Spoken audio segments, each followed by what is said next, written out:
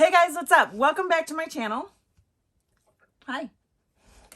Hi. You wanted to show, you just stepped on it. You want to show everyone my bullet journal with me? Okay. Today I wanted to share a little bit about my bullet journal. So today I wanted to share a little bit about my bullet journal because I have been loving planners for I have, over the years, been experimenting with all the different planners and bullet journaling and things like that. I do things on computer as well, but something about just pen on paper. I'm a complete newbie to bullet journaling, but I've tried before in the past. But I have decided that I absolutely love bullet journaling. It not only is giving me more freedom to plan the way that I want to plan instead of having to follow the structure that's already set up for me on a planner that I buy, but also I've been looking for more of a creative outlet. I've been playing more, allowing myself a lot more flexibility in my bullet journaling, not been trying to like keep the page numbers and keep everything a certain way, and just allowing myself to be creative and see what happens. And that, I have found, is the secret, not only to bullet journaling, but to a lot of things in life. Just allow yourself and stop second guessing yourself and stop trying to be so exact and so perfect all the time. And sometimes your lines have to be crooked and your pages have to be out of order, and that's okay. To the bullet journal. I am so excited to show you my February spread. Still, like, I'm not the greatest ever. I keep it minimalist. I don't have a ton of colors in here. I use tape. Might be the first time that I use tape. And I generally just use the brush pens. I can link below which ones I use. But I'm actually really excited about February because I feel like I finally kind of got a rhythm to which of the spreads that I use and how I like to use them. And so I was able to construct this month in a way that I love. So this is the first time I've ever done like a full just spread without like really utility to it. It's just to be pretty. It's just my February monthly page. I started this kind of like, I don't know, is galaxy or some kind of star theme, and I found this tape that I had with like constellations. I thought that was super cute. And then it made me want to pull in some of these little like silver and gold stars, which I thought was fun. So I added that just at the end.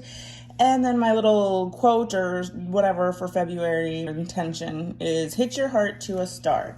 Because my word for the year is open, and like open-hearted is sort of a big thing. I just felt like, we've all been very like closed down, very closed off lately with the whole lockdown, COVID, the divisiveness of like the world right now. So I think it's just time to dream and be a little like fantastical and whatever. So hitch your heart to a star.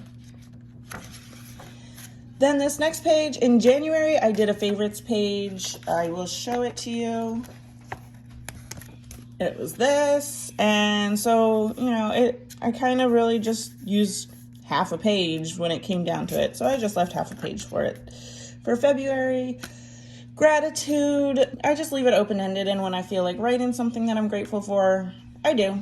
I split the pages with my little Milky Way thing. And I wrote a sentence a day, and then I started this in like middle of January, and I only, used it like maybe 4 or 5 days, if even that. But I think it's still really interesting to have like a record to go back to, because like in January I did fill it out on the day of the inauguration or whatever. I just think it's interesting to go back. So we'll see if I use it more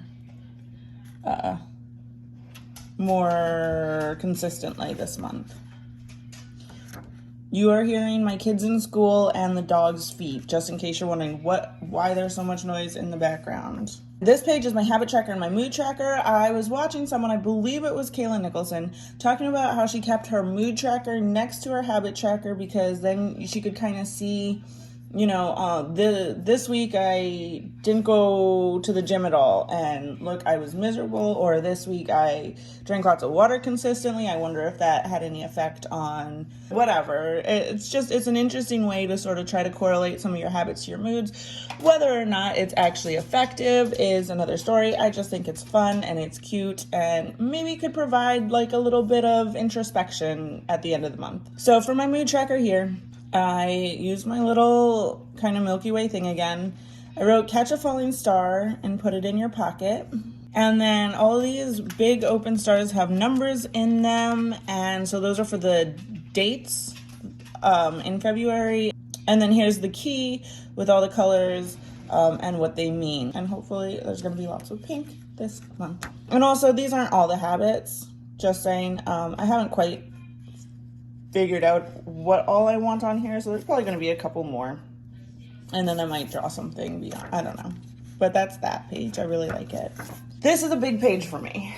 So basically this is just cash flows, and I use the same theme coming through, except if you look, I use little hearts and dollar signs for it because I just thought that was so fun. One big thing is that I've really been trying to watch my wording around money. I know for probably my whole life, I've had a tendency to say things like, we can't afford that, or I don't know, that kind of thing. And I've always known that, like, you need to watch your words. I watch my words around everything, but for some reason, all the money words just like spill out of my mouth and I don't, whatever. So I thought we'd start right here. So instead of like expenses or, you know, my list of things that we need to buy, I just really liked that I finally figured out a different way to say that. I've finally been like really working on the way I talk about money. And then down here it just says, I'm so happy and grateful for my financial abundance. Here's my brainstorming page, my content calendar. My content has been lacking lately. I have just been on the struggle bus with like, I don't know, the ability to get things done. Like I come up with ideas all day, but it's always when I'm in the middle of doing something for somebody else and have no way to write it down or actually take action on it. And so I don't really know what's happening with my content anymore. I have this year because my point is to try to pick it back up in February, to try to be consistent again. No. I just talked about how we're going to be more careful with our words. I'm not going to try to be more consistent in February. I am now more consistent and I am going to be posting consistently. And then here's my brainstorm page.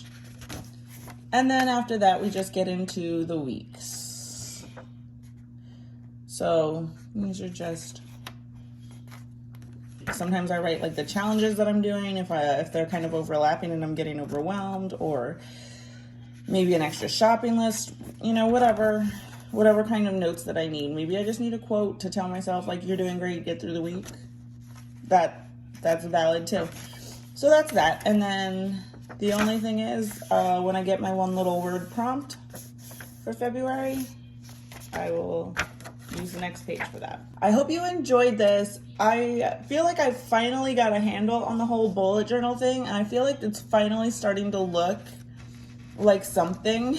Like I'm finally kind of really having fun with it and I'm just having more fun with it now. I'm trying to be less strict about making lines straight, as you can see, and just, you know, just giving myself that grace, that freedom to be creative, make mistakes, and that is exactly what I needed, obviously, because now I have a spread or spreads that I absolutely love, and I'm so excited for February to start so I can start filling it out. Thank you for watching. Like, I really appreciate it, and have a great time planning. Love you guys.